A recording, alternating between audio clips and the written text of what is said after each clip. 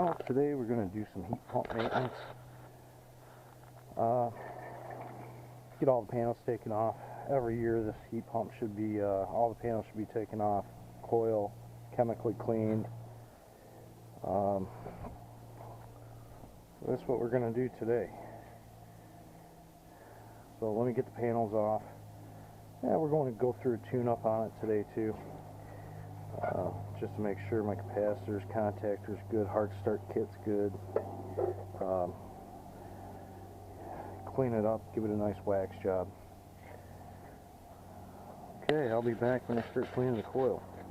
Alright, here we are. We got the skirting or hail guards taken off the condenser. Coil doesn't look that dirty, but you'll see once I start cleaning it, all the stuff that will come out. We gotta clean the bottom here. Let me get this thing on and start cleaning it up.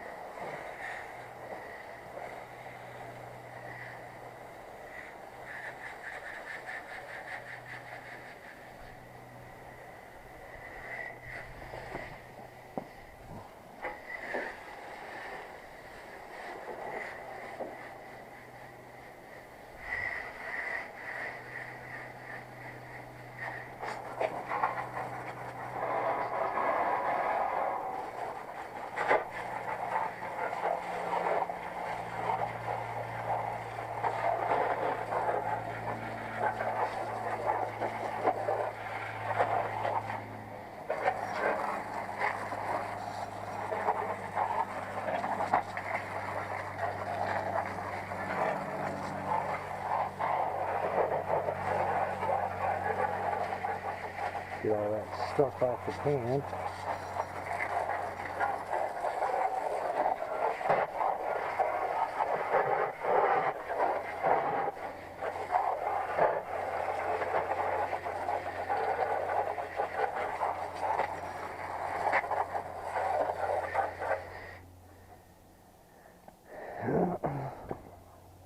I'll spray some of this cleaner on there.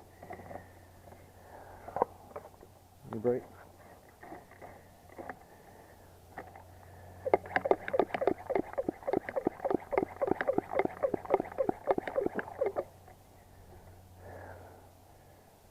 And this cleaner is good because it foams.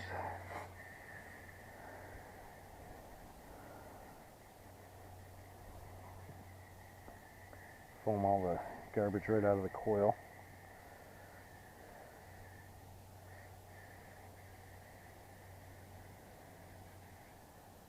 And you'll see the dirt. This one isn't that bad. I clean it every year, so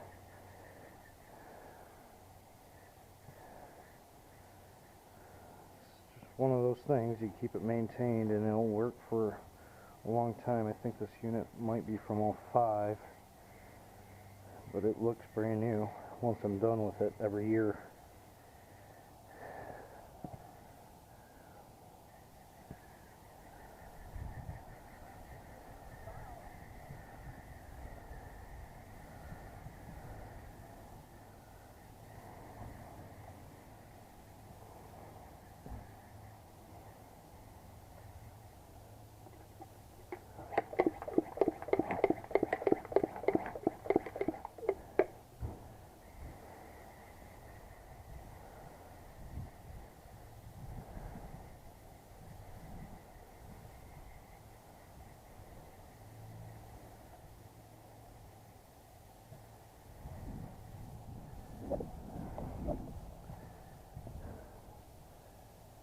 Can't really see, but there's some stuff coming off the coil.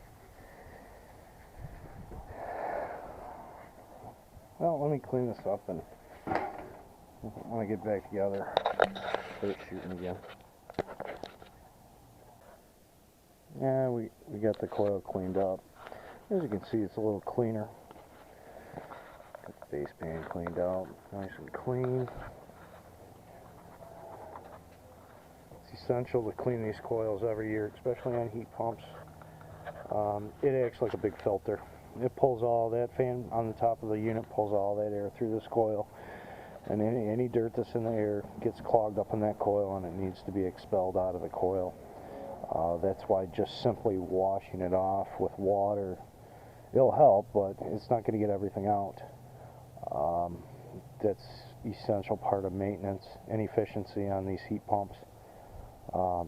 This one gets done every year. We do have a slight problem here.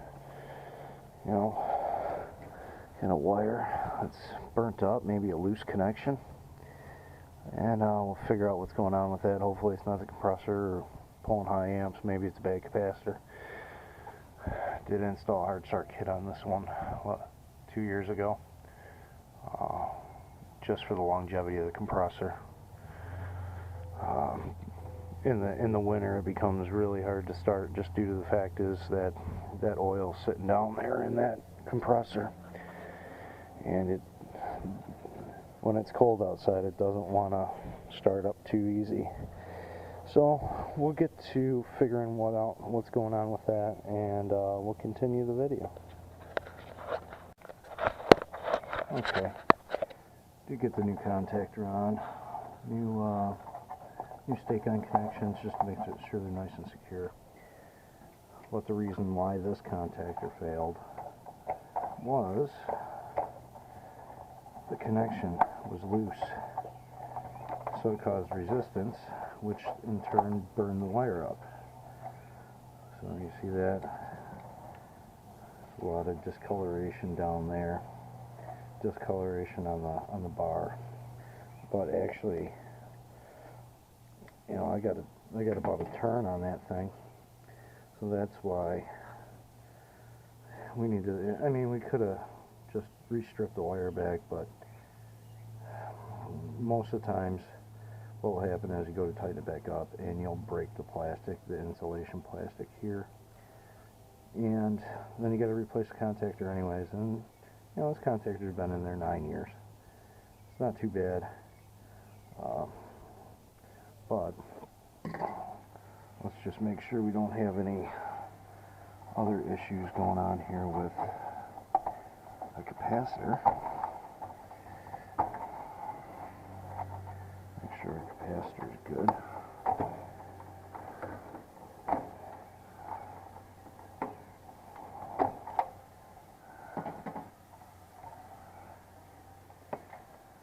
Because that will cause problems with burned wires. So we'll test the compressor side,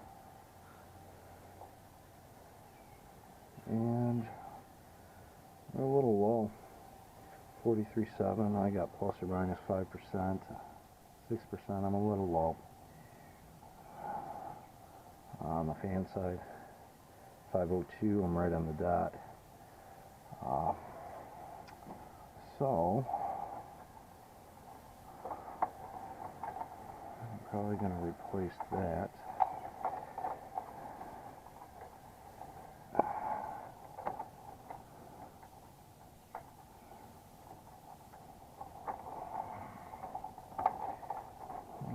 Common. Oops, this way goes over here.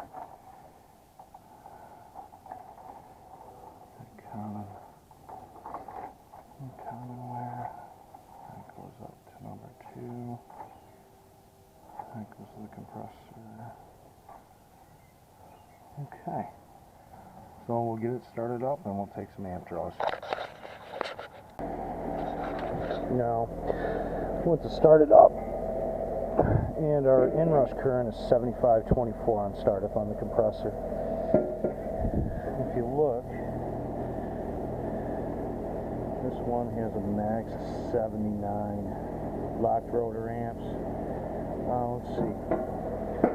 Let's see, what are we running right now?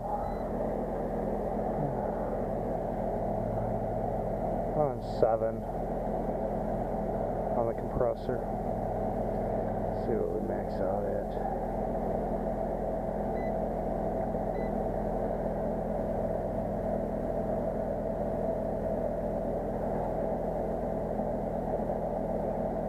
707, run load amps, 16.7. So that compressor's doing okay. Contactor had a loose connection. That's why we had problems with that discoloring and wire getting too hot. That's the only reason why. So let's see.